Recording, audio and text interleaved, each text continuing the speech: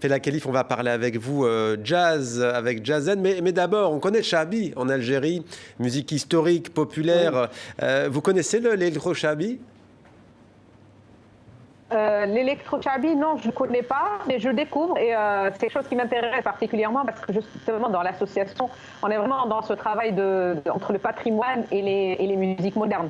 Donc, entre autres, le projet Jazzen, il est dans ça justement, il est dans la même démarche. Le jazz n'est pas qu'une musique, c'est une façon de vivre, une façon d'être et de penser. Voilà ce que disait la pianiste Nina Simone. L'UNESCO croit aussi dans les vertus de cette musique puisque désormais, chaque année, depuis longtemps, le 30 avril, c'est la journée mondiale du jazz. Vous, ce jour-là, en Algérie, vous organisez un événement. Est-ce que vous pouvez nous dire quel va être l'état d'esprit de Jazzen ?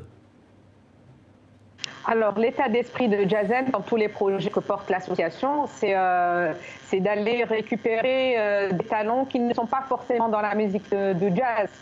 Cette fois-ci, on a choisi une voix qui est vraiment dans justement parler de patrimoine, de l'andalou et du pop rock, qui est Amalzen, et on voulait la faire travailler avec des musiciens de jazz pour voir un peu ce que ça donne en termes de musique et de brassage. Voilà, donc ça c'est un défi, mais en fait c'est ça la démarche de Mosaïka, c'est d'aller chercher des choses qu'on n'entend pas forcément. Ouais. Alors quel est le résultat là avec Amalzen donc, et le jazz ?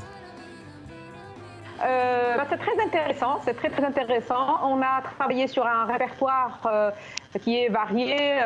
On a pris de son répertoire de cet album à elle quelques morceaux.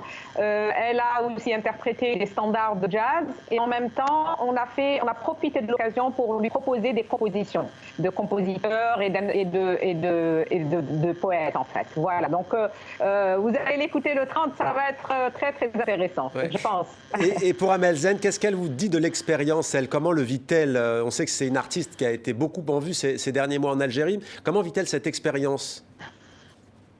Eh ben, elle a été intéressée dès qu'on a discuté avec elle du projet au départ. Elle a été intéressée parce qu'elle avait essayé il y a quelques années justement d'aller vers cette musique-là sans pour autant la travailler plus en détail. Donc du coup, quand on lui a proposé ce projet avec des musiciens qui vont l'accompagner, donc elle a dit oui et elle a joué le jeu. Elle a joué le jeu. Bon, vous allez voir ce que ça va donner le 30. Alors justement, le 30 avril, on le sait, il y a cette pandémie qui n'épargne bien évidemment pas l'Algérie. Comment ça va se passer concrètement ce jour-là? Est-ce qu'il y aura des temps de présence physique? Est-ce que ce sera virtuel? Racontez-nous.